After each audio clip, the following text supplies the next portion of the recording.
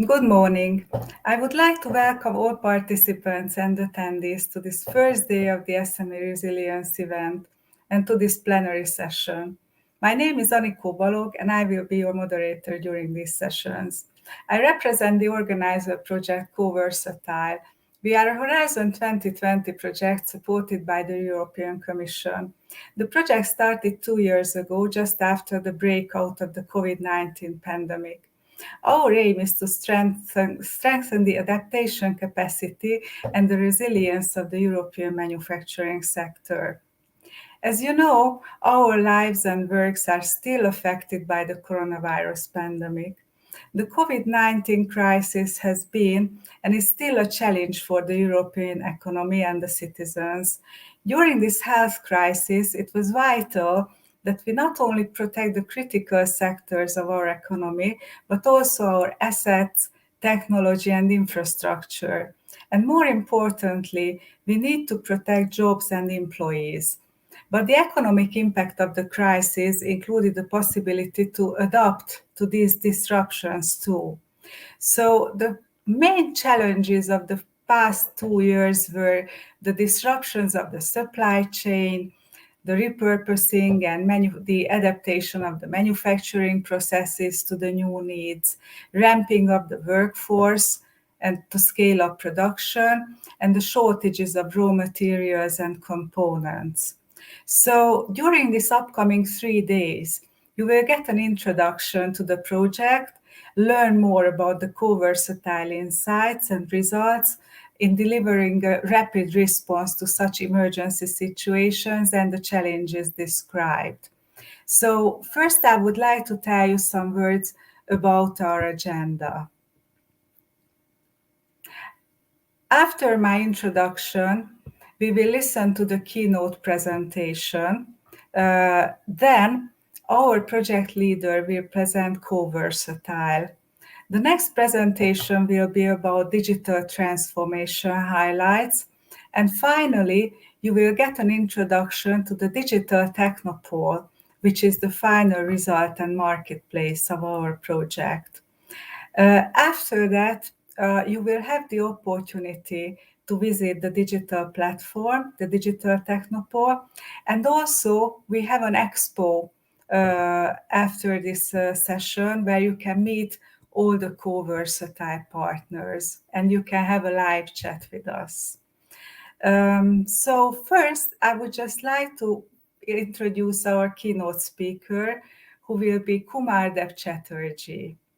Kumardev is a global known serial tech innovator, a founder, and an entrepreneurial industry leader with more than 25 years of strategy, deep tech, and executive leadership at startups and Fortune 500s across the world.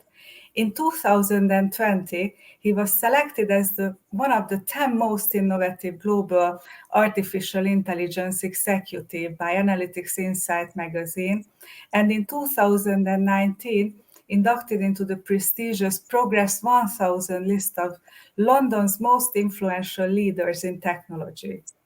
Kumardev started as an entrepreneur at the age of 14, founding a social business.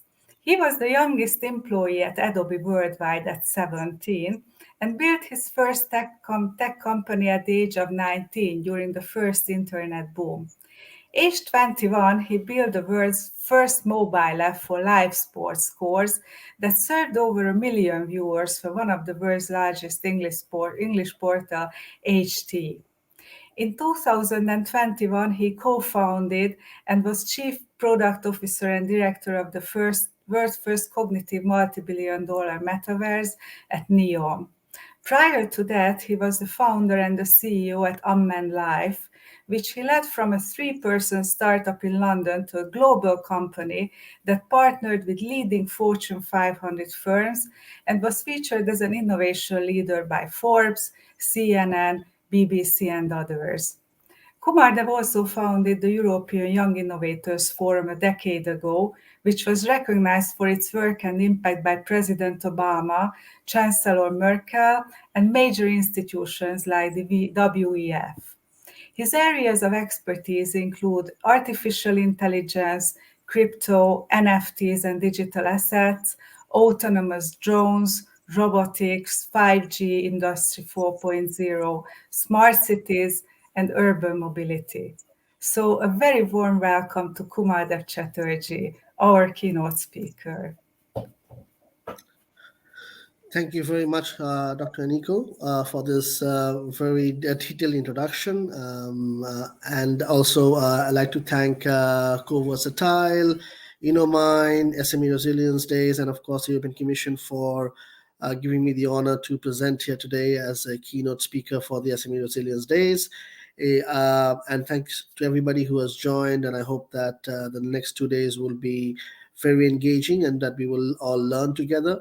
And my goal with the first half an hour, the keynote here, is simply to set the stage for what will follow. So the many experts who will also speak on their different topics will be able to, and the panels and the discussions will take that forward. Finally, I'd like to thank Dr. Gabor, who I know for some time and who obviously introduced me to the project and was instrumental in bringing me here. So next slide, please. Okay. So let's start with the state of the art or the state of the world, as in this case. So where do we stand with COVID today? Globally, as of 2nd of May 2022, this is what the World Health Organization has put as the global snapshot. Obviously, the snapshot gets updated regularly, but this is the, let's say, the most updated one that they have if you log on to their website right now. And what you can see is that it's obviously very, very serious. More than 6 million deaths globally. So it's a very serious pandemic. Perhaps we will see when it finally ends what the total, what the statistics are. But clearly, this has been a major impact for all of us, and particularly for a project like CO-VERSATILE. This is obviously very important because this is drives to the heart of what CO-VERSATILE is trying to do. And so now we need to understand how we can, how projects like CO-VERSATILE and the medical manufacturing, pharmaceutical manufacturing community in Europe, and specifically, very specifically, the SME communities in Europe in this domains can learn and adapt and prepare Europe for what will come in the future.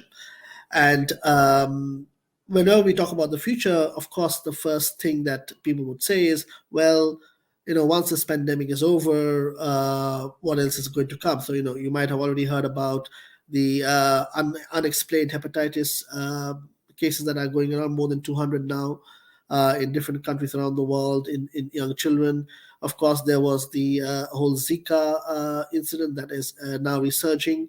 You've also heard, no doubt, about the fact that there are new incidents of swine flu in the US and other places.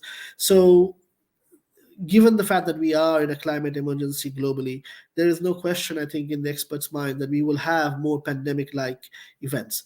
But it is also essential when we talk about these things to not only look at a wide brush, but to look at the actual data and see what does it actually mean in real and concrete terms.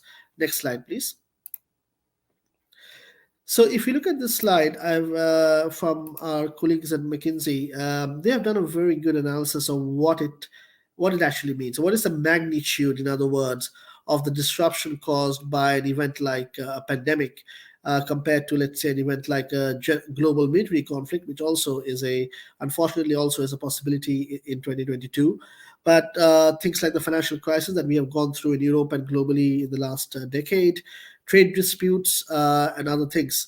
And I like the top part of the graph where basically they talk about, in comparison to, let's say, things that haven't happened recently but could happen. For example, a meteoroid strike like the one that did away with the dinosaurs and allowed us humans to arrive on the planet, or even a supervolcano and things like that. Right. So if you look at the magnitude of the shock, both in terms of the economic impact and also the time, the duration, pandemic is really one of the pandemics can really be one of the most disruptive events that we face as a civilization, right? And the expected frequency is obviously also at the top end of that, right? So you don't get a pandemic every other day, though I think that will change in terms of how we look at the data 100 years from now. But clearly, when it happens, it can be very disruptive, can last for a very long time. So now let's drill down into the economic side of the picture. If you could go to the next slide, please. So the economic picture, and here we're looking at not all the sectors, but some of the key sectors that are affected by the COVID-19 pandemic or by any pandemic. And of course, healthcare, manufacturing, and distribution, as you can see, the two sectors that CO-VERSATILE responds to are two of the sectors that are very distinctly impacted, right? Of course, you have education, travel and tourism, agriculture, and food production, which also is somehow related to us. But let's say healthcare and manufacturing are two sectors where the impact can be really felt. Of course, in healthcare, you have the most significant impact in terms of increased mortality, which is something that we all try to stop, but also the shortage of professionals, hospital facilities, and of course, as we know from the initial days of the pandemic, there was not even any testing kits available outside of the major institutions. And I remember the time when we were being told, don't wear a mask because you're taking the masks away from the emergency workers, the doctors and the nurses who have to tend to the patients. So please don't go and buy masks, right? Obviously very opposite to what we have today. And then you have the longer term problems, the long COVID, the mental health problems and things like that. And all of these are challenges that we need to respond to, and not just thinking that it's the past, but respond to with the focus on building capacity for the future. Looking specifically at the response side, manufacturing distribution, I think is the key area there. And of course, shutting down of factories is the number one disruption that happens. And then of course you have the shock and follow-on effects of that, scarcity of raw materials and rising cost of components. We know that today inflation is through the roof, particularly for components in the commercial global supply chains. The disruptions are huge, and a lot of products are simply not there, or you cannot just get your product for the next 4 to 5 months. And these can be critical products, for example, products used in X-rays or products used in advanced medical devices that you just can't get, or the raw materials that you just can't get. So if we can go to the next slide, please. Right, so here, when you drill down a little bit more and look at the sectors, and you look at manufacturing in particular, the first thing that you see, the result of what all the factors in the slide number 3, the slide I just spoke about, is that manufacturing is by far has the highest amount of lost revenue, which is fairly obvious. If your factories are shut down and you don't have components, the cost of components when you have them goes through the roof. And of course, you have shortage of staff and workers, and delivery mechanisms take longer. Of course, you're going to lose huge amounts of revenue, right? And so you can see the data there is pretty detailed. The disruptions to marketing, delays in supply chain, lost access to some markets. Some markets are just not available anymore, just like some products are not available. And of course, you lose some key suppliers. Many suppliers are SMEs, like a lot of the partners in CO-VERSATILE and a lot of the companies in Europe. Europe is an SME powerhouse. SMEs are the backbone of our economy. Across the member states, and a lot of SMEs simply can't manage. If you don't have a order that is not being paid for 12 months, it's very hard for an SME to continue, even with state support, right? So what we see here, and this is a very good study that was done by the US manufacturing sector by the RSM organization, a very respected organization, is that even if you look at retail or technology, frankly, manufacturing is the number one area where the data tells us that there's a lot of things that we need to look at, and it's not just one area that we need to focus on. If you could go to the next slide, please. So here is very interesting. So if you look at the supply chain disruption by sector, and this is a combination of both RSM and the US Census Bureau and the CEA, you would see that once again, in terms of disruptions, the disruption to manufacturing is more than 60%.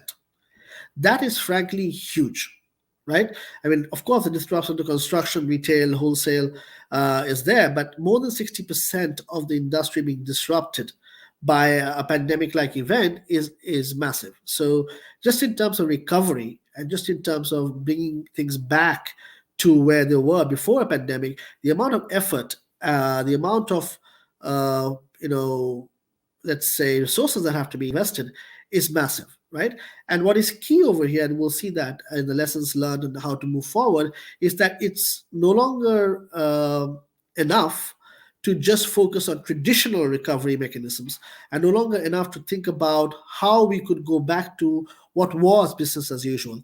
Business as usual has changed. Some things have changed fundamentally, some things have changed permanently, and we have to be able to respond to that when we want to rebuild the capacity and be ready for the future. The adaptation, therefore, in this case, is not just adaptation to the resource conditions, but also adaptation to the landscape, adaptation to fundamental changes that have happened that will not be reversed. If you could go to the next slide, please. So let's start with the World Health Organization again. Obviously, they have done a lot of studies with lots of governments, and if you go to their dashboard, it's full of amazing recommendations across different areas. And I zoomed in on the procurement supply chain side of that, right? And so if you look at that, and if you look at the labeling G7 Econ 03, G7 is referring to the G7 nations that came together with the WHO to create this particular set of recommendations, and Econ 3 is obviously Economic Sector 3, right? The number one recommendation that has been understood and adopted is that we need to improve the resilience of supply chains that are essential for, in this case, what they mean by global public goods is medical supplies, obviously, and that there are three critical sectors: health, once again, and of course minerals and semiconductors, right? So if you look into what they're trying to say here, and you connect the dots with other things that are happening, it is clear that supply chain and making supply chain adaptive and adapted to these kinds of events is what will not only drive the recovery, but will drive preparedness for the future. And I'll come back to the word preparedness in a case study that I will share with you a little bit later on. Can we go to the next slide, please? Now, if we look at resilience of supply chains, again, I would really like to stress the fact that it's not about business as usual. So we need to adapt different ways of working. And I've zoned in on agile manufacturing and digital manufacturing innovation. So let's start with agile manufacturing, which I think is super critical in terms of how we not only talk about the recovery of and being able to do that in manufacturing and distribution, but also how we frame the debate, right? We need to frame the debate as moving to an agile manufacturing landscape from the traditional manufacturing landscape that we have today within the pharmaceutical and the healthcare manufacturing domain, right? So this slide I found was very, very interesting. The Boston Consulting Group have done this analysis, again, with lots of companies and governments around the world, and this is the result of the analysis, is that there are four key areas. Number one, and I can't agree any more with this, to me this seems to be very fundamental, the four pillars here. Number one, in the customer focus, where we say customer, we mean the patient, of course, and in certain cases doctors and hospitals, mostly the patient, is that focus on customer collaboration over contract. Right. So one of the key things we need to do in future pandemics and being prepared for that is to be agile. I remember that there were these major scandals around how we were sourcing ventilators, for example, because of course the medical industry, manufacturing industry is not primed to provide 100,000 ventilators on demand within a few weeks, right? It's primed to provide, let's say, 10,000 ventilators over a period of time, over a period of years, in fact, in certain cases. So the contract negotiation, you have to put aside the contracts and look at more agile ways of sourcing, which is focused on what the customer needs rather than what the regulatory procurement frameworks, and here we're talking about government frameworks, are focused on. Second, output orientation, working product. Comprehensive documentation, certification, validation, these are obviously all important. We all understand the importance of that, but you need the device to work. You need the process to work. You need the results to be delivered. It cannot be focused on something else. It cannot be focused, for example, on getting the letter right in the right languages. It has to be about how do we deliver something that can work on the field within a very short period of time. responding to change. A pandemic, as we now know very well, is a very fluid situation, and things can change overnight. What you knew on Friday may be not so relevant anymore by Monday, and governments and companies and people and the medical world has to adapt to that. So you can create a plan. It's always good to have a plan, but the plan must always be secondary to the agile idea of responding to the change in the scenarios that obviously have invalidated the plan. And finally, and this is my favorite point, individuals' interactions over processes and tools. If you follow the same process and tooling mechanism that we have today and that we did the last 2 years, we will have more than 6 million in the next pandemic, right? And to me, it's a shocking number that as a world in 2022 that we've allowed such a number to take place. I mean, if you look at the Spanish flu 100 years ago, they were not very far off, and they were much less technically developed and much less collaborative as a planet as we are today. So it's really a global failure that we reached a shocking number like 6 million plus, and it hasn't finished yet. And this idea that we must get over processes and tools and have direct interactions with individuals is very essential, also for setting the mindset. If you look at the manufacturing has to also be accepted. I mean, the goods that we provide and the vaccines we provide, the other things have to be accepted. So we need to interact with individuals and not just focus purely on the process. I think this lesson was very well learned this year. Next slide, please. So here we very quickly look at, and a brilliant slide again, very quickly look at what exactly it looks like. Traditional to crisis responsive is that instead of a very structured top-down process, clinical and down to supply manufacturer, you have a more iterative. That is the core of agile. Iteration, rapid iteration is the core of an agile process, whether that's manufacturing or something else, is that you have rapid iterations between the four major stakeholders: the clinicians, obviously the healthcare administrators, the control specialists, and the manufacturers, which are the core of how all that will come to fruition.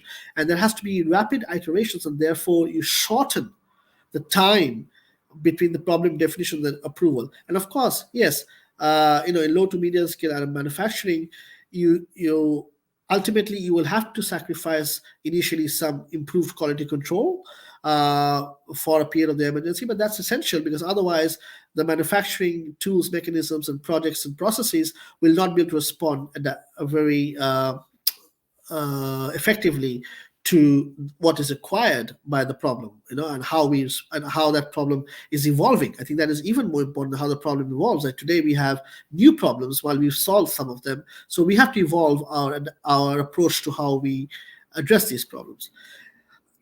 Next slide, please. So let's look at, obviously we are all experts from Europe. We know the European data very well. And we are contributing to the European data. So let's look at what our cousins across the Atlantic have done. What has the US Department of Health and Human Services done? So they have, obviously, as we know, the PHE, the Preparedness Readiness Association. I believe it's a board and the phe.gov. And they have done an excellent case study on the resilient public health supply chain. What does that mean? Now, we all know that when you talk about public health and supply chains, it's not the same as talking about a supply chain for automotive or a supply chain for retail, for example. The public health supply chain is all about the equilibrium, the balance. I believe there was a computer scientist from Twitter who actually came up with that famous graph that said, how do we dance, how do we close the economy and open the economy in a balanced way to essentially have an equilibrium in the hospitals at the medical capacity level, that we don't overwhelm the hospitals, because then obviously it's all over, right? And so really the model that makes most sense, and the US study has validated that, is part of their national strategy now for resilient public health supply chains, is that we need to get back to equilibrium. We don't need to go and do something radically different or have a radically different composition in terms of the response. We need to get back to equilibrium, and the entire response is basically how do you get to a new equilibrium within the shortest period of time. So that is how you optimize this. There's a number of ways in which you can build a public health supply chain, and what this case study shows is that it's really about shortening the response time. So how do we do that? What are the key elements to that? Next slide, please. So here are the slide. I would encourage you to read the entire paper. It's an excellent paper, but I brought out the things that I think are being discussed over the next 2 days in this conference, in the SME Resilience Days. So they've picked up some distinct markers or distinct players within the supply chain that are critical. So it's not everything and everyone. These are the elements, the 7 elements that you can see that they focus on, and the 3 pillars. So number 1, they focus on robustness. Robustness was key. It's not about falling down. Sure, you can fall down. Sure, you can have a oxygen shortage, but how do you recover from that in a very short period of time? So don't fear the fact that you will have a shortage or that you will run out of some things, but be prepared for the fact that you should be rapidly able to recover from that situation. Agility. We talked a lot about the agility, so I'm not going to go back into more details here, but as you can see, again, it was about decision-making strength, product simplification, warm manufacturing, a very relevant topic, and of course, knowing where you are, state of the art, knowing where you are. Visibility is super important when you look at threats, because okay, you're looking at not only the visibility of what is happening, because that is limited. You're looking at what do you have, what is the capacity in the manufacturers today, how many are closed down, how many are actually functioning, what's your supply chain looking like, do you actually have the raw materials? And at some point, remember, even in Belgium, we said, well, look, I mean, it's not the number of test centers. We have enough test centers for COVID-19, but we don't have enough raw materials. So we are behind by 4 or 5 days because we just don't have enough raw materials to conduct the tests, right?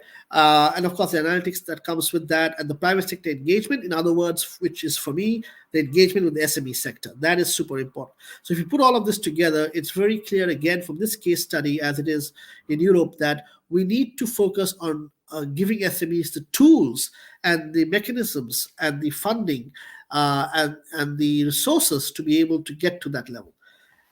Could we go to the last slide, please? And then we can open the floor for questions. So when I look at the range of different new collaborative methods of working, of course, there's different ways of which you can work together collaboratively, and the different types of innovations that you can have along the chain. I would like to zoom in particularly on digital manufacturing and the innovation around that. Now, interestingly, pharma and medical suppliers, and this is again the data by McKinsey, pharma and medical suppliers, they have more openness to innovation and to focus on innovation and to fund innovation than other companies and other sectors such as industrial sectors or retail or even the basic healthcare systems and services. This is very interesting. That means that we already recognize that innovation in manufacturing and innovation in digital manufacturing can be key for us. Now the question is, how key is that? And if you look at the data again, it's very clear that if you adopt certain mechanisms in digital manufacturing, such as the use of AI for drug discovery or using machine learning to rapidly go through a set of options and discard the options that don't make sense, which we all know take up the most time, or using, for example, a combination of AI scenario analysis and machine learning to figure out what's the best design for a particular device and what is the best optimization in terms of the raw material intake for a rapid assembly chain. Those are the kind of things that will drive down the cost of manufacturing, right, and will result in improved sales and to a certain degree improved marketing. So it's a no-brainer for pharma and medical suppliers that if you want to drive down manufacturing cost, reduce the time to market and increase sales, you've got to focus on digital manufacturing innovation as one of the key drivers in how that can be brought about. With that, I'm going to stop here and see if we have the last 5, if there's some questions that people have or any discussions that they would like to bring to the table. But while we're collecting that, I think some key things that are relevant for me to take away from all of this is that when we look at the whole space again, and we look at manufacturing resilience, we look at we look at medical resilience, we look at the capacity to respond to pandemics, we look at the preparedness for dealing with what might come, and we don't actually know what might come. What is key is that innovation and SMEs play a very central role in that. So it's not enough to have innovation by the major companies. Obviously, they do that, and they have the funds to do that, and they have the kind of contracts to do that. But it's essential that the small and medium enterprises, which again is the backbone of Europe in terms of manufacturing, they have the platform, the resources, and the funding to be able to do that. And governments have to be very proactive here, as the G7 working group and WHO are saying.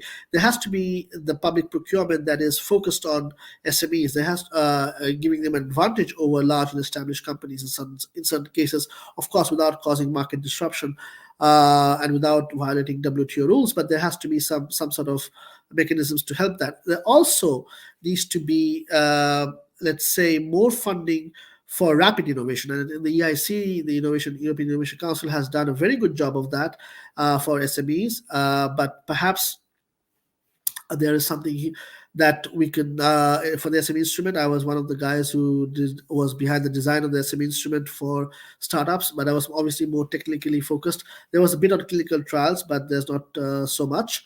I think now we need specifically innovation in manufacturing and healthcare to be funded. I know the EIT is doing something there. The EIT has launched some programs to support rapid manufacturing, innovation manufacturing, and that now needs to have a broader support, especially with the green program. Is that how can we use some of these funds for our technical and overall preparedness in terms of moving forward with medical manufacturing and the efficiency to robustness to be able to respond to pandemics. Okay, so I'm going to halt here. Thank you for listening, and I leave the floor open for any questions that might follow. Thank you very much, Kumardev, for your very valuable and interesting presentation. And I think it was a very good point that you brought up the SMEs, because those are the organizations we are focusing here. So thank you very much for your insights. I think they really made a good base for our next upcoming talks in these 3 days. So we have got some questions. First, there were some questions about sharing your slides. So we will get back to the participants and we'll invite them for the slides of the presentation. And Lydia has got a question about, you can see it in the screen, that the process of resilience implies that the different actors are present through the process. However, there is a reduced composition and structure of staff, teams, and customers. So her question is that the disruption of change also applies for the people, to the actors. How is it integrated in the concept which you have presented? So. Yes, I mean, first of all, thank you, Lydia, for that question. It's an excellent question. Ultimately, we are relying on experts in manufacturing, experts with different domains of knowledge, experts also in certain things that they are talking about when it comes to collaboratively working together to solve these problems. And how do you deal with that when you have staff shortages, or even the fact that even if there is staff available, they can't work together in a collaborative environment. And I think that is for me, there are two points. And number one, of course, it has to be integrated in the framework.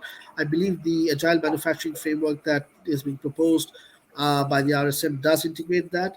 I'm not sure the US study has looked into that aspect very deeply, but that PDF is available. Please have a read through. For me, if I were to answer the question, I think there are two things that you can do. Number one, digital collaboration. It's a no-brainer that over the last 2 years, and even now, we're doing this discussion, this event digitally, and therefore,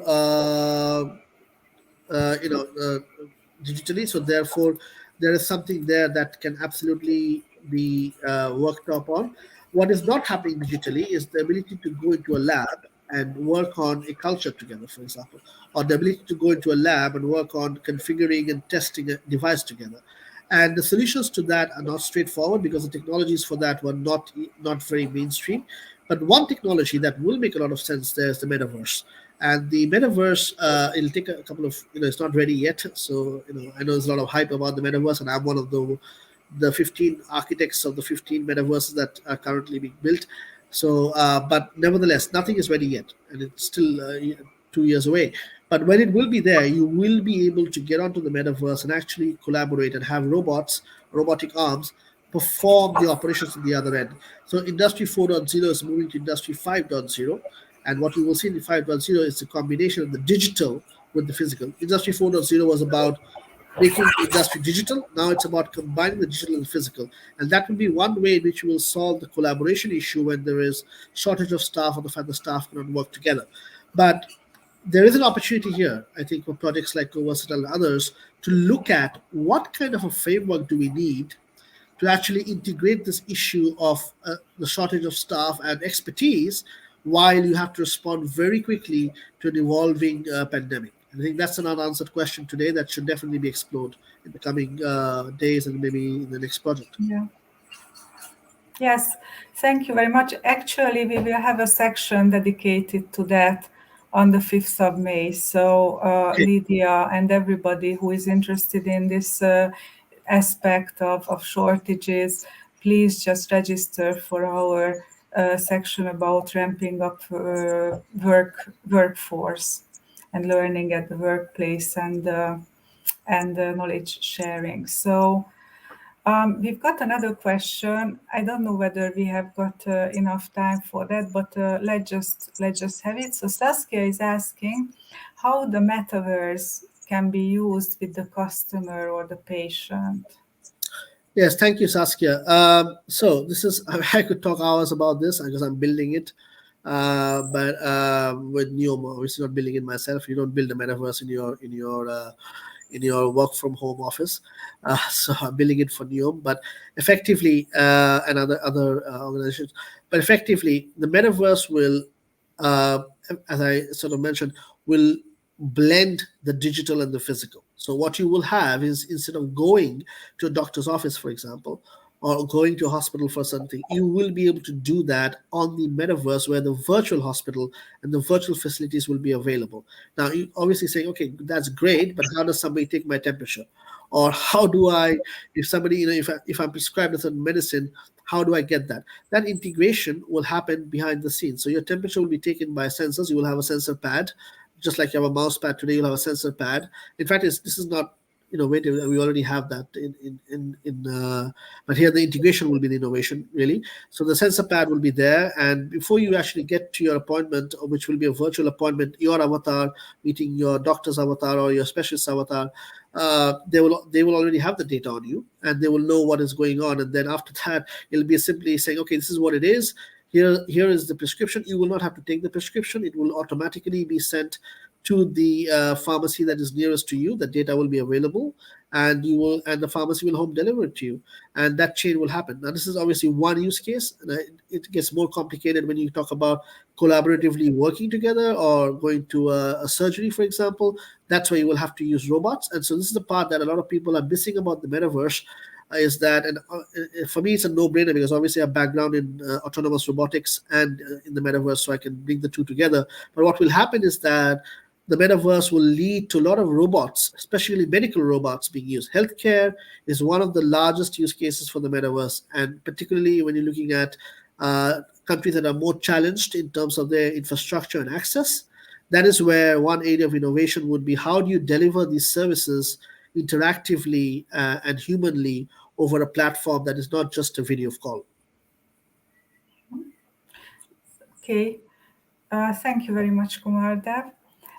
So if there are no further questions, I would like to thank you, Kumardev, for your presence and for your insights here, and also for finding time for us in your busy schedule. So you can contact Kumardev at his LinkedIn address, which you can see in the chat. So I would like to thank you again. And then I'm calling the next presenter here, Dr. Robert Lovas, who is our CO-VERSATILE project coordinator. I would like to introduce Robert in some words. He is the deputy director at the Hungarian Institute of Computer Science and Control, SZTAKI in Hungarian. Robert is a habilitated associate professor and the founder of the Institute for Cyber-Physical Systems at the John von Neumann Faculty of Informatics at the Óbuda University in Budapest. He's been elected as a member of the Committee on Information Science at the Hungarian Academy of Sciences, and he also received the Bolyai János Research Scholarship. He's got a solid 20-year research and development experience in a wide range of application fields, mostly in distributed and parallel system, which has been gained in various global, European, and national collaborations with other academic organizations, universities, and enterprises focusing on computational chemistry, numerical meteorological modeling, bioinformatics, agriculture, connected cars, and Industry 4.0. He coordinated two e-infrastructure projects in the EU 7th Framework Program. He also led the big data research platform activities, and he currently acts as the coordinator of our CO-VERSATILE project, and he's also the project director of the ELKH Cloud. His latest research achievements contribute to the recently launched Artificial Intelligence and Autonomous Systems National Laboratories. So, warm welcome to Robert, and I hand the presentation over to him. Robert, please. Good morning, and thank you, Aniko, for the introduction. And also, I would like to welcome the participants on behalf of the consortium CO-VERSATILE. So, I think Kumardev's presentation put our project in the context. So, in the next slide, I would like to go back in time, and this is spring of the year 2020. And in my opinion, the European Commission reacted very fast to the pandemic situation and opened an extraordinary Horizon 2020 call in May with an extremely tight deadline, since the situation was very special. And also, European Commission provided more than 120 million euro budget for such projects. And at that time, we had only 3 weeks to build the consortium and prepare the project proposal. 4 out of the 23 winner projects, including our CO-VERSATILE project, Eureka, Reservist, and Impure, and formed a so-called cluster of projects for repurposing of manufacturing for vital medical supplies and equipment. So they might be considered as our sister or brother projects. And CO-VERSATILE, the meaning of the CO-VERSATILE project is to provide methods and solutions for adaptive and resilience production and supply chains methods. And also this is mostly for urgent need of vital medical supplies and equipment. But on the other hand, our methods and solutions can be applied in other fields as well. Next slide, please. And at the very beginning of the project, we had promises. Actually, you can see in 3 categories. The first one in the left-hand side, the speed of the virus spread immediately moved really safety and infection prevention measures to the top of the agenda in many countries, including our country, Hungary, but also in other European countries. And in order to prepare for managing such pandemics and virus spread, a team of CO-VERSATILE partners developed and scaled up significantly the production of a disinfection spraying system using the components of the regional and the European supplier networks. On the other hand, we offer manufacturing companies a replicable method for fast repurposing of their production lines for manufacturing with our personal protective equipment, just as FFP2 silicone masks. really in high volumes and on short notice. And as the third one, our project scope also includes the analysis and the research of ventilator supply chains to address the challenges of availability of its parts and components, and also focusing on boosting resilience. But without diving into the details now, you may learn about these use cases and these topics in the upcoming days from our presenters and also at the exhibition. And in order to understand better this situation, let's see the background in the next slide, very briefly. And as you could remember, and we know that COVID-19 as a global health crisis caused disruptions in supply chains, as Kumardev presentation illustrated that. At the same time, really, we had an unprecedented demand for personal protective equipment. As you can see, even in the Google trend analysis diagram, in the right-hand side, concerning surgical masks and respirators. And they required a really rapid industrial response and the production at short notice. In most European countries, the government imposed orders to wear face masks very quickly became a kind of proven and simple way to prevent the virus spread and also to protect citizens. So we had really an extraordinary situation around the world. Everybody struggled with shortage of masks, ventilators, disrupted supply chains, and we were really witnesses of chaotic situations. But if you take a look at the next diagram, we are still the witnesses of newer crisis situations that even had caused shortage of vegetable cooking oil recently in the UK due to the Ukrainian situation. So actually, we have to leave these problems in these years and probably in the upcoming years as well. Okay, so let me introduce the project itself, coping with such challenges. You may see the key figures of our project on this slide, and concerning the consortium, a few core partners, including small and medium-sized enterprises, universities, research institutes, digital innovation hubs like Innomine, and also a consulting company with a common background and joint activities in various joint Horizon 20 project, decided to come up with the project idea, CO-VERSATILE. And it was leveraging on our solid expertise in manufacturing and simulations, IT, certification, training, and a lot of other related topics. And more and more new consortium members have been invited to get a complementary knowledge set really necessary for implementing and fine-tuning our project plan. So finally, we had 21 members from Austria, 4 of them from Germany, Hungary, Israel, Italy, the Netherlands, Spain, Switzerland, and the UK as well.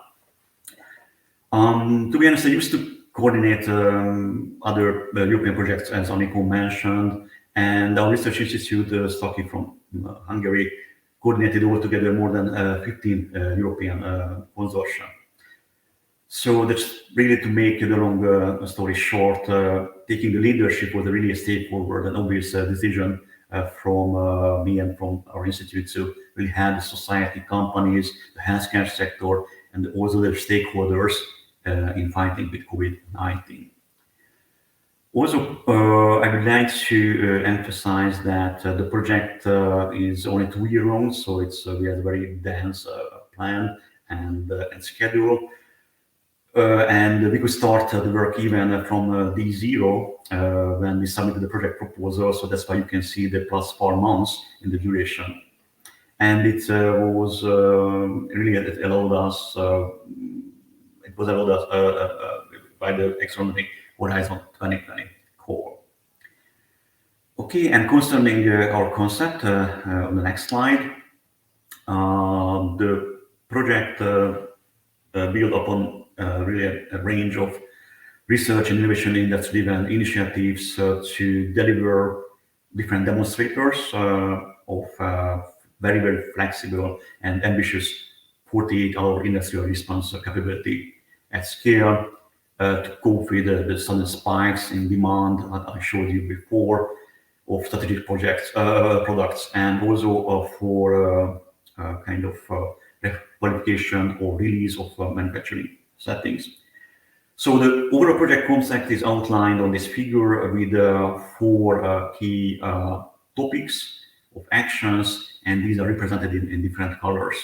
So the technological part is bluish, and here a group of co-partners support and deploy technologies and services needed for repurposing the selected manufacturing settings, and spanning several European countries and 5 medical supplies and equipment, as you can see in the left-hand side. So talking about reusable silicone masks, acoustic disinfection systems, and also ramp-up production of ventilators, machine for FFP2 mass production, and also resilience automation for manufacturing. So, and also these targeted areas also in the you can see in the as a part of the digital technopole.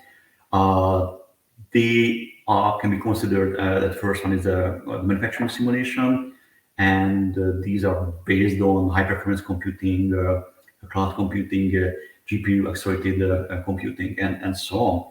And they are to increase the flexibility and the adaptation capacity of manufacturing settings that need to repurpose the production line. The next one is concerning supply network simulation and risk management to respond to the disruption in its supply chains, as we described earlier. The next technical topic is the automation and system integration technologies that may assure that the dependence of human workforce is minimal, and also it has to set up and ramp up time is reduced.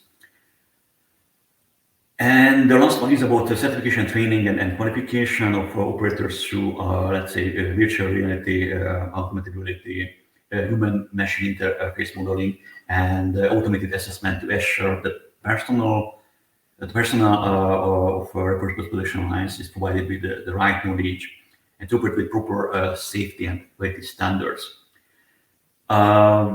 We have to also deal with the regulatory aspects, and given the industrial domain, we're talking about the health sector in which the CO-VERSATILE project is operating, as well as the extraordinary nature of this initiative, particular care is dedicated to regulatory issues, including product regulation, process validation, training, ethics, and data management. Concerning the operational aspect, this is a let's say greenish part, and the figure in this framework, a constant process of scrutiny, communicating, assessing, and also comparing the repurposed manufacturing setting with their business as a usual situation, and also with the wider European manufacturing industry, we will assure that sustainable, replicable, and scalable changes are delivered. Okay, and the next one is the platform setup part with the goal of supporting the EU manufacturing industry and also the interested partners, in particular SMEs, also beyond the project of manufacturing settings, and the key exploitable results delivered through a single entry point called Digital Technopole. And this digital technopole is a sort of meta platform that allows the European manufacturing industry to access the services. And this will be introduced with more details by Sebastian later. Next slide, please. And here I would like to explain quite briefly that how we deliver these results because it was quite challenging, and we required a really an agile method for this. And that's why CO-VERSATILE follows a radically different approach with respect to our regular European research and innovation projects. And it leverages on some key elements from the lean startup methodology. The development is iterative and broken down into several cycles, and you can see on the figure composed of phases called build, measure, and learn. In the build phase, as you can see on the slide, involve competence centers, manufacturing setting partners working together and to deliver the minimum viable product for the demonstrators. And actually, this is the bare minimum product that can be built, to test the assumptions and start delivering the results as quickly as possible. So it was a very, very strict requirement. And within the measure phase, the next phase, the competence centers and the manufacturing settings partners are working together, analyze, organize, and present the data and produce with the help of the minimum viable product, and also assess the progress that was made. And finally, in the learn phase, based on such measurements, choices for the following iterations have to be made, like will additional developments with these certain competence centers be needed, or will it possible to move on to new aspects of the repurposing process, and so on. Let me show on the next slide the challenges what are raised during the project. This is actually the 4 pillars of challenges. The manufacturing process for upscaling the production, also the product process certification for rapid manufacturing, the reconfigure and reevaluate industrial supply chains, and the last one about the human aspect is about workforce ramp up and the future of work. So, and to be honest, these challenges are valid not only for the pandemic situation, but also other types of extraordinary situations as well. And we have to cope with them in complex use cases. Okay, next slide, please. Okay, in the heart of the system, as I mentioned before, we have the Digital Technopole. You will have a chance to visit it and also learn more about this single entry point. Let me show you very, very briefly the ecosystem canvas. Through the ecosystem canvas, it's possible to identify the digital stakeholders and define for each of them a role within the platform. So I'm going to highlight only this aspect of the Digital Technopole, hoping that you may recognize yourself in one of these categories, and you will stay with us for watching the upcoming presentation with much more details. So the platform owners on the top, these are entities on the vision behind the market opportunity, responsible for ensuring the platform operation and so on.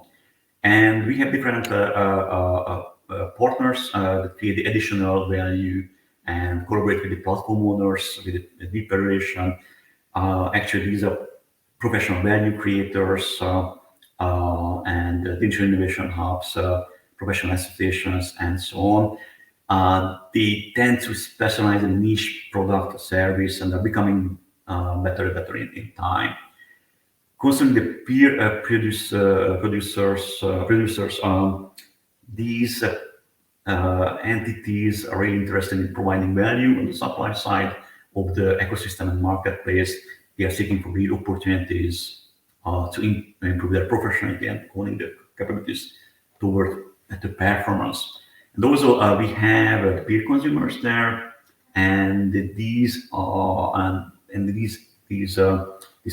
consumers are interested in utilizing and accessing the values that created through and over on this platform. And also have to mention that we have to take into consideration the external stakeholders as well. These are entities that have a really specific interest in the platform or in controlling the platform externalities and outcomes. regulating it or exercising rights and the platform governance and so on. So you can see a few examples there, like government regulators or policymakers. Okay, so I hope that you could find your position more or less on this digital technical ecosystem canvas. And also, I would like to thank you for your attention, and I would like to wish a successful conference and meetings. And also, I would like to invite you to visit our SZTAKI booth as well during the expo session. Thank you very much. Thank you very much, Robert. We are a little bit late in our schedule, and as there are no questions to Robert, I would like to thank you again, and let's just go on with the presentation. So I'm calling Dr. Gabor Vicze, my learned colleague from innomine, to give his next presentation about digital transformations. I would like to introduce Gabor in some words. He is an entrepreneur with more than 15 years of experience in digital industries, which he gained from startups, scale-ups, and also from multinationals. He has a strong innovation, public funding, and policy background with European policies, Horizon 2020, and structural funds. He possesses a very solid research background and a strong international network. He co-founded and partnered in several companies, started initiatives on developing innovation ecosystems, and has a broad international exposure. As a senior innovation strategy expert, Gabor Vicze acts as a mentor, coach, and public speaker, and he is a member of boards for multiple industrial associations and organizations, for example, the Digital Europe, the ICT Association of Hungary, and the Hungarian Academy of Sciences. Gabor holds a PhD degree in innovation management. So, Gabor, the floor is yours. Thank you, Aniko, and welcome all the participants of today's conference. Good morning to everyone. And today I will talk about digital transformation, and I would like to explain you how we cope with the digital transformation challenges. We at innomine deal with digital transformation and innovation management since 2010. And when in 2010 we started to use these concepts and these words, then very few people understood us, and I had specific challenges to explain, for example, to my grandfather what I really do. And now, in the recent 2 years, I do believe they caused plenty of challenges. But now, when I see my grandfather, who is almost 90 years old, talking to his great grandson through a video chat and using his smartphone and making sure that he can contact my kids, then I do believe that we made a huge progress in this aspect. And now when we talk about digital transformation and innovation, then everyone can understand this. Now I would like to, yes, thank you. So at innomine, we do deal with innovation services for more than 10 years. And we work especially with SMEs, and we work along 4 pillars. And one is the most important one for us is Industry 4.0, or we can call it now even Industry 5.0 as well, because this is how to implement manufacturing as a service at manufacturing SMEs, and how to guide and support those manufacturing SMEs throughout their quest to look for digitization. And on top of this, we do deal with international expansion and market entry strategies, and support a number of companies with international business development.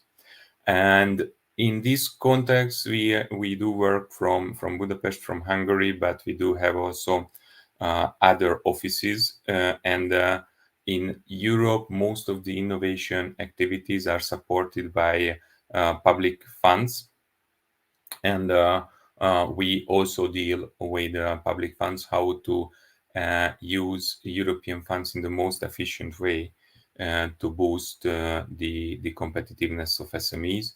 And then the key of our concept is innovation, how to bring academic research and university research from the laboratories to the companies, and how to make sure that the research paper which have been published can be turned into new products and new concepts.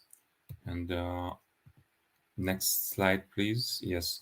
And we have launched 5 years ago our Digital Innovation Hub. And Digital Innovation Hubs are one-stop shops to help companies to become more competitive and to support them, especially in digital transformation, connect them with competence centers and infrastructures to bring the best international knowledge and the experience to the SMEs. In our experience, this is a very significant gap, because even successful SMEs are very much focused on their customer base, especially if they are B2B SMEs. And in manufacturing sector, SMEs are mostly B2B SMEs. So they do have some, they are suppliers of multinational companies, and those SMEs are mostly focusing on the needs of their key customer or customers, which might be a bigger company, might be a multinational. And what we have seen, that the SMEs are aware of their innovation challenges, but simply do not have the necessary resources and network to cope with them. So this is why testing and experimentations are very important. What we do, that SMEs can test and try things in a small scale with low risk, with professional support, and then they can run much more pilots at the same time. Obviously, European funding is boosting this process, and we as a DIH try to bring our network of experts, which can come from another DIH, but also from our own pool, and share those network and those knowledge that we do have. And if you go to the next slide, we as a DIH had a very important role in the and do have a very important role in the European recovery, because as I said, that we started our DIH journey 5 years ago, and in the beginning of 2020 we already had a quite significant SME base, and then we have seen in the first months of 2020 a major COVID-19 impact. There were some short-term impacts, like the immediate shock, like reorganizing the operations, and what we have seen, that SMEs do not need one generic answer, but SMEs are really heterogeneous, and there is no answer for all of them. But what we were able to do was to really provide customized answers and customized support for those. In Hungary, we could enjoy a very good internet infrastructure, and this helped a lot for the SMBs, but also for the citizens, for example, to turn education into an online education. And I do believe that after these short-term impacts, the medium-term impacts were really important. And we have been talking about disruptive innovation for more than a decade. We have been talking about agile manufacturing and many other concepts like manufacturing as a service and so on. and also digitization. We have been talking a lot. But then the medium-term impact, what we could see, were that those manufacturing SMEs who were at higher level of digitization could cope much, much better with the COVID-19 challenges. And we do see here a really significant value add from digital technologies. If we go next slide, please. And in the sudden changes that we have experienced, we have seen that we could learn from the VUCA environment, so the volatile, uncertain, complex, and ambiguous environment, from the Harvard Business Review since 2014. But now even the manufacturing companies who usually had larger lots, so they could produce the same product for weeks, or in some cases even for months, they really started to see the changes. The changes came from the market needs, that their clients suddenly started to cancel orders, to change orders, even last minute, and there was a major change in the behavior of the customers. And also from the supply chain side, which was a very important challenge for them, how to buy raw materials, for example. And ultimately, this turned into a major profitability challenge. And also now, what we can see with the war and with all the impacts of the war in Ukraine around us, we do see inflation, price increase, and lots of uncertainties. And if we talk about practical examples, so even manufacturing SMEs. Recently, I had a conversation with one of the CEOs of a manufacturing SME, and he said that, well, he runs his company for more than 20 years, and he always produced what the customers needed. And now, due to the changed environment, he produces in many cases whatever he can, meaning that he produces what the raw materials are available for him. And then at the end, he will a much stronger negotiation power with the customer, telling that, for example, you might want a product in color blue, but now you will receive in the same product in color orange or whatever. And of course, this is a major shift in the environment. But also, if we think about the other change, that if a few years ago a manufacturing company got a request from a customer, okay, I would like to make a 2-3 year contract with you, and then usually manufacturing SMEs were very happy to sign. By now, we had recently a discussion with a customer that he said that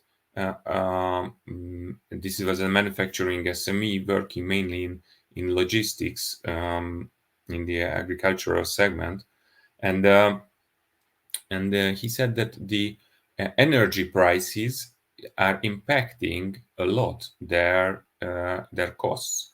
So he cannot really give one price for the next 3 years, but he is trying now to come up with new models, like his price will be dependent on energy prices, and then he will put something on top of it, and that's the only way how he can contract for the next 3 years, because the environment is so uncertain.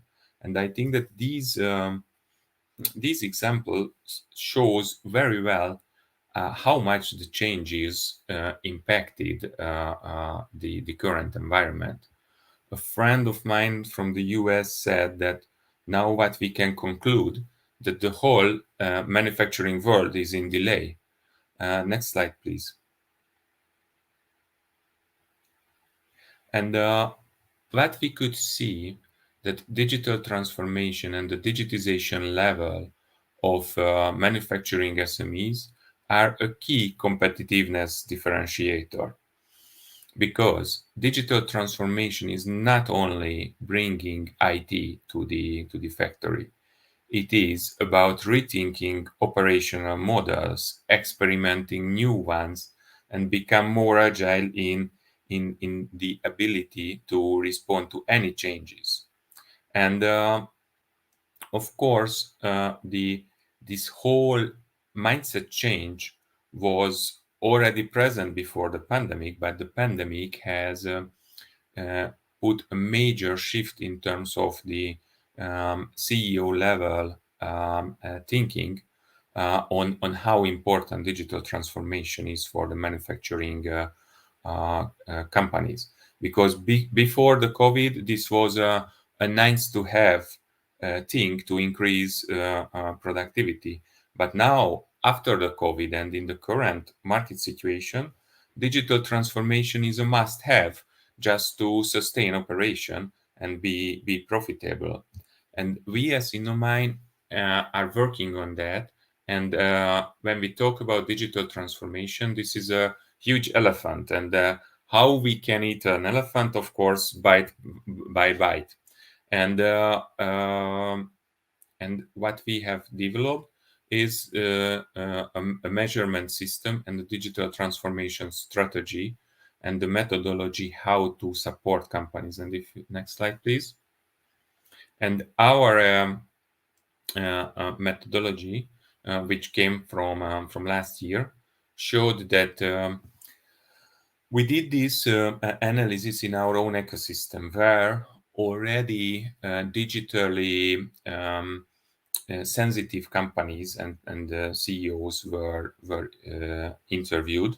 So I think that our ecosystem is rather more developed in terms of digital transformation than the average. And if we can see that in this chart, that in the supporting process and in the company culture, there is quite a high awareness and adaptation of the digital tools.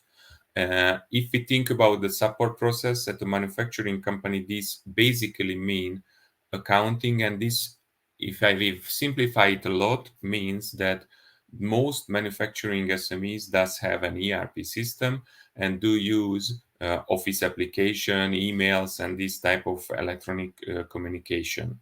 But if we go down and if we look at the value creating process, which is the manufacturing process itself, and then we see a much lower scale of digitization.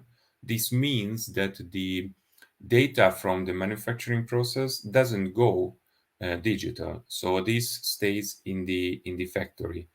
And what we could see that even after the changes of the COVID, the strategy leadership, the customer experience, and the IT is managed at a lower importance and at a lower level. And here, what I do believe has a critical importance is the strategy and leadership, that out of more than 120 companies, only 52 ranked. They ranked only at 52 point. So this means that their CEO and their leadership is not digitally mature. If we go further, next slide, please.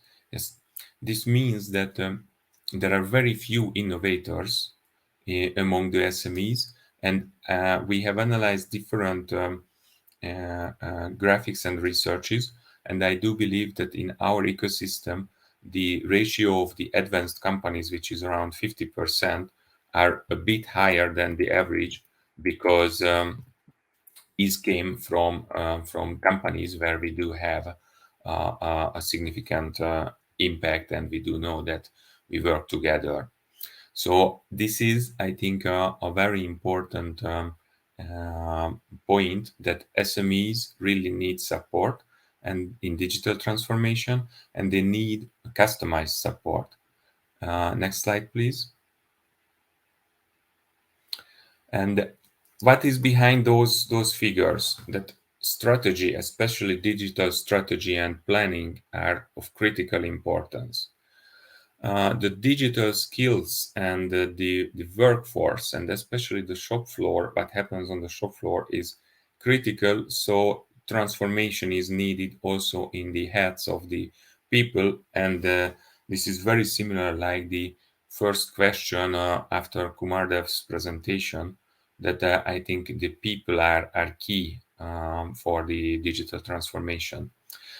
Integration of digital and smart tools in the value creating process are also very important. We had recently a case with an SME, a manufacturing SME, and the CEO said, well, before the pandemic, he worked fully on paper and he received manufacturing data on paper. This meant an internal process, and then he said that at the management meeting of his company, they always used data 3 weeks before from the manufacturing, because simply it took 3 weeks until all the data on the paper were summed up, and they always used data 3 weeks before for their decisions. But in a stable world, this was not a major issue. This was something what they could live with. But now, when the situation can change within hours or days, this is not something what they can really live with further. And I think what is needed, the commitment of both the leadership level and of the workers towards digital transformation. And I do believe that they need to understand that this is not about a nice to have anymore. And this is not something what the leadership wants or what the researchers said, but this is something what is critical for the survival of the companies. And we do see that there are some top barriers, and still the CEO level commitment is key. The access to experts are the second biggest challenge. And what we do see that at the SME level, their capability to cope with risk and to dedicate budget and resources are critical. So therefore, European funding is needed. And fortunately, there are lots of European funds. If we go to the next slide, please. Next one, please, to shorten it.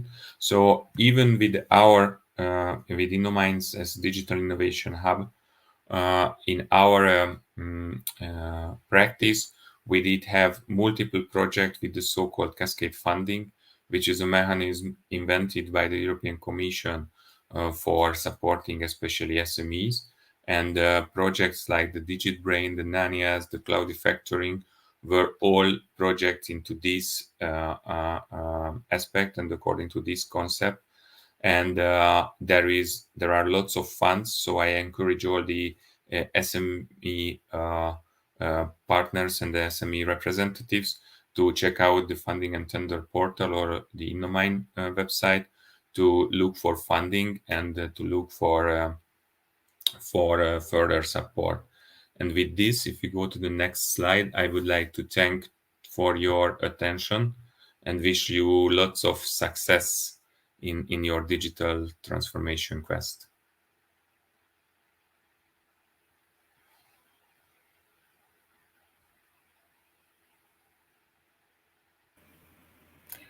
Thank you, Gabor.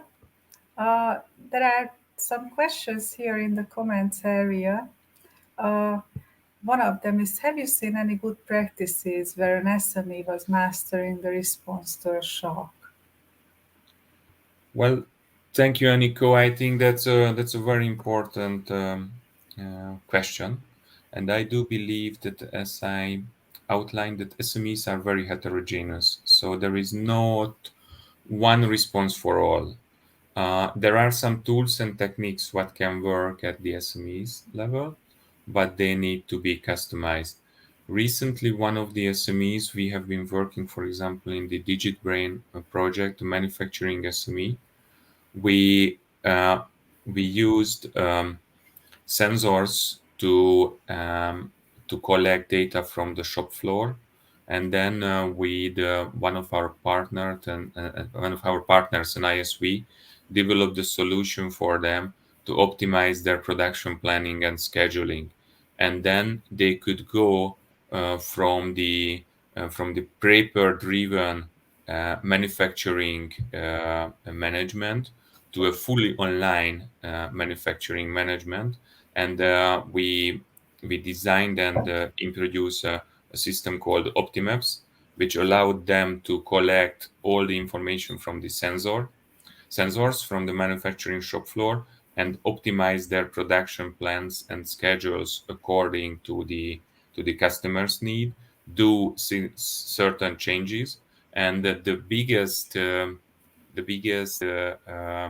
wow feeling that we could have was at the CEO level, that the CEO realized that, wow, this is manufacturing as a service, because I can even check how the production line is performing by being away or being at home, and maybe 8 p.m. in the evening, and I can check the current production level and that we have produced, and then can immediately decide on changing the schedules for the next hours, which was a significant improvement. Thank you very much. I'm afraid we don't really have any more time for questions because we are almost 50 minutes over. So I would like to thank you, Gabor, again for your presentation. And if you still have any questions, please just visit us at the expo, or you can contact us later directly after this conference. So I'm thanking Gabor again, and I'm calling our final presenter, Sebastian, to the floor, who will introduce us to the final outcome of our project, the Digital Technopole. So first I would like to introduce Sebastian in some words. He is the managing director and founder of clesgo GmbH. It's a startup working towards facilitating the democratization and adoption of ICT-enabled solutions in the manufacturing industry. Sebastian has got a long experience in the field. He was the deputy head of the competence center at the Fraunhofer IGD. Right now, he's finalizing his PhD at the Technical University of Darmstadt, and he is a member of several organizations in Europe and in Germany. And among others, just to mention some projects of his, he was participating and leading Cloud Refactoring, DigitBrain, Pulsate, and right now CO-VERSATILE. I just shortened his bio a little bit because of the time constraints. So thank you very much, Sebastian, and please just go ahead with your presentation. Thanks a lot, Aniko, for the introduction, and good morning, everybody. I will try to also go a little bit fast through the presentation in order to avoid more delays. So we have heard a lot about the pandemic, the disruptions, what that is doing in the world, not only the pandemic itself, but we have seen a lot of natural disasters in the past, and as well as the very critical situation in the Ukraine. And because of that, when we have this opportunity to do something, and as Robert was explaining, we said, okay, we think that we have the capabilities to be part of the solution, to try to make something so that we can contribute, so that we as society are better prepared to face these kinds of events. And that is what is motivating us to move forward and to try to push this and try to find a way to help manufacturing companies in being part of the solution, being prepared for pandemics, and being active and available to respond to this kind of crisis. So at the end of the day, we are facilitators. And what we want to do is to bring manufacturers and experts together so that they can solve challenges, repurpose their production lines, try to see how they can produce things that are required by the society. And we want to help them, either because we have the experts or we know the experts to connect them with, or because we are able to support them with solutions so that they can do this kind of activities faster. And what are we doing? How can we achieve that? So as Aniko and Robert said before, so we set up this cloud-based B2B platform that we call the Digital Technopole. And in that platform, manufacturing companies and experts can interact with one another. They can explore solutions. They can engage in discussion, and they can see how they can benefit from one another, building business relationship that they will help them in this kind of critical situation. And as I said before, being prepared to be active as part of a solution in this kind of crisis. So that is our main purpose, our motivation, what is driving us in this direction. And now let me explain you what the Digital Technopole is. So the Digital Technopole, as I said before, is a platform, is a cloud-based platform, and it is based on the concept of Agora. So in the Agora, we have community and marketplace. So this is a Greek ancient word that has been used for several years, and it somehow represents very well what we are trying to do. So on the one hand, we have the community members, we have the manufacturers, we have the experts, we have digital innovation hubs, we have different technology providers with expertise on certification and many other things, on simulation, on supply chains, and this kind of aspects that are required and are very vital in terms of being able to react to these critical situations. So we have this community, so people have the opportunity to be part of that, interact and communicate with one another. On the other hand, we have the marketplace. We have the services, we have the expertise, we have the know-how, and we want to bring these things together. Why we are doing that in that way?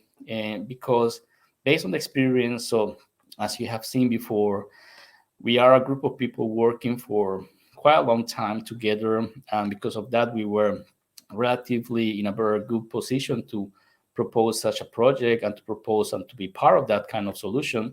And based on our experience, we learn and we realize that it is not enough to just have technology, to just have expertise and to offer that expertise or to make that expertise accessible and even affordable. Sometimes you actually need to guide people. You need to build trust. You need to let people communicate with one another and actually learn from the experience of other users, so that at the end of the day, they can learn, okay, this is also something that is helping me or that could help me. And because of that, I'm now motivated to engage and to understand that better. And how do we want to achieve that? So we have created a set of basic functionalities that will help in this kind of interaction and explore the different services that are available. So on the one hand, sharing content, sharing your success stories, sharing your experience, perhaps also being able to engage in panel discussions on topics you are interested in, getting feedback from experts, trying to understand how things can help you or how you can help others. And as well, something very important, we want to facilitate that you get together with experts. So we are now, and we have seen that in the first talk that we were hearing today, we are now in a very globalized and connected world. And nonetheless, even if we have that kind of connectivity and globalization, and because of that, things happening in one region is actually affecting other regions, and we have seen that in the disruptive supply chains, for instance. That doesn't mean that we are actually able to interact in the same networks or in the same communities as other people, and because of that, sometimes it's difficult to get to know the right experts or the proper, to get to know the people who can help you. And this is what we want to facilitate. So we are a large number of European experts working together from different regions within Europe. And what we want to achieve is that you as a manufacturing company can actually easily get in contact with one of them, very well known with a lot of expertise, experts, and then try to start building whatever, or try to start facing the challenges that you have so that you can be prepared for this kind of crisis. The main services that we are focusing on right now, on the one hand, at software applications, simulation service, simulation for supply chains, for risk analysis, also from the point of view of training your employees, train your staff to be prepared to use some kind of technologies, or to learn new skills. And on the other hand, getting consultancy, and we have developed a set of different functionalities that will help you in going through that process and guiding you through the process. So that's more or less the concept, the concept and the functionality that we have, and that is behind the Digital Technopole. And now what I want to do with you is to go through the Digital Technopole to give you a little bit of a better idea and to motivate you in being part of that. So let me just change to the browser to the address that you see there. So digitaltechnopole.co-versatile.eu. That's actually a subdomain of the project website. So when you enter the Digital Technopole, this is what you see. So you can start exploring what is already there. So the first thing that you need to do is perhaps sign up, because probably none of you have an account so far. So if you want to sign up, then you can go to the sign up page and enter your information. Afterward, you can start exploring that and the functionalities and the different services that are being promoted and showcased within the Digital Technopole. After you have an account, then you can log in. So let me rapidly log in. And now let me just give you a very short and brief tour. So if we have the community. In the community, we have the insights, the panels, and the matches. So here, for instance, you can learn how success stories of manufacturing SMEs being part of these kind of processes have managed to use and leverage the expertise of the partners so that they can actually address critical needs caused by the pandemic. So you can learn what they are doing, and perhaps get additional information about that. Something also very important is the matches. So as I said, here is where you can actually start describing your challenges. And after you describe your challenges, then we will be able to match you with experts within the project so that they can start helping you in facing and solving, in boosting your production line so that you can be part of the solution. So that's from the point of view of the community. If you want to learn more about the partners, then you can go to the partner section. You can see the different partners inside the section, and you can, for instance, visit one of the partners. Let me just go to SUBSI, and you can see the services that they are providing and a description of what they are doing. You can then individually go to the different, for instance, software solution that they have, or the consultancy services that they are providing. So this is a very brief introduction about the Digital Technopole. Everything is free of charge. You can just sign up, start using, start getting to know, getting in contact with the experts, and start exploring how you can benefit and actually how you want or how you could be an active part of the solution for the crisis that we are facing right now, from the point of view of the pandemic, from the point of view of natural disaster, from the point of view of the Ukraine war, but in the future, being prepared to scale up, to adapt, and to do any other thing that is required when the society is needed, or when the society is needed, and so that you can actually contribute to that. So I try to short my presentation because of the time pressure. So I will just finalize by saying thank you, and please go to the Digital Technopole. As I said, it's free of charge. This is the address. Start using it. Feel free to give us feedback. Feel free to explore and to start getting in contact with the partners. And be part of the solution. Not just see it from your desk, from your home, but actually being part of and contributing into managing, mastering, and overcoming this crisis that is affecting all of us. So thank you very much.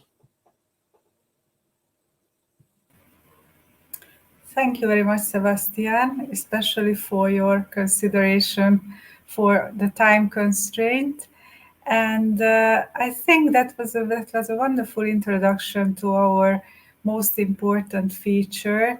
And I would also like to tell you some words about the Digital Technopole and about the Expo area. So, as Sebastian has mentioned, our main goal is to make matches between the participants and our partners. So the matchmaking is one of the outcomes of our project. Originally, actually, I'm just telling you a secret. It wasn't called SME Resilience Days, but we called it Matchathon. But afterwards, we just decided that Matchathon sounds very good, but nobody will know what it's all about. So that's why we renamed it. But now I would just like to bring up this Matchathon idea. So please go to the Digital Technopole, first register, and then try to take a look at the apps in the matchmaking area, create a match for yourself, get familiar with the features of the Digital Technopole. And after you have registered and chose your designated area and that service which you are interested in, we will get in touch with you and we'll offer a free one-to-one consultations to tailor your needs for further support. So we will connect you with those consortium members who has the solutions you need. First, we are going to assess your business needs, and based on that, we will create a user journey with the development of a customized strategy and an action plan for your company. So after this analysis, we will suggest you that specific solution and solution provider in the Digital Technopole, which fits most your individual needs. So that is about the Digital Technopole. And you can see that now it's 11:41. So we are over the plenary sessions. And after I'm closing the sessions, the conference is not closed yet because we will go to the expo area and we will meet you in the expo live sessions to get started with this matchmaking procedure which I have described. So you will find the dedicated representatives of each of the consortium partners waiting for your online visits after the sessions. I would also like to tell you that today was our first day, so you can leave us right now, but tomorrow at 10 o'clock we will go on with the sections. The first one will be about process and product certification. Then after a lunch break and another opportunity to visit the Digital Technopole and the Expo area, we will continue with the afternoon session about change management in manufacturing. And on our final day of the conference, the 5th of May, on Thursday at 10 o'clock, we will focus on the flexible future of work. And in the afternoon, we will close with one of the most interesting topics, the resilient supply chains. You can see the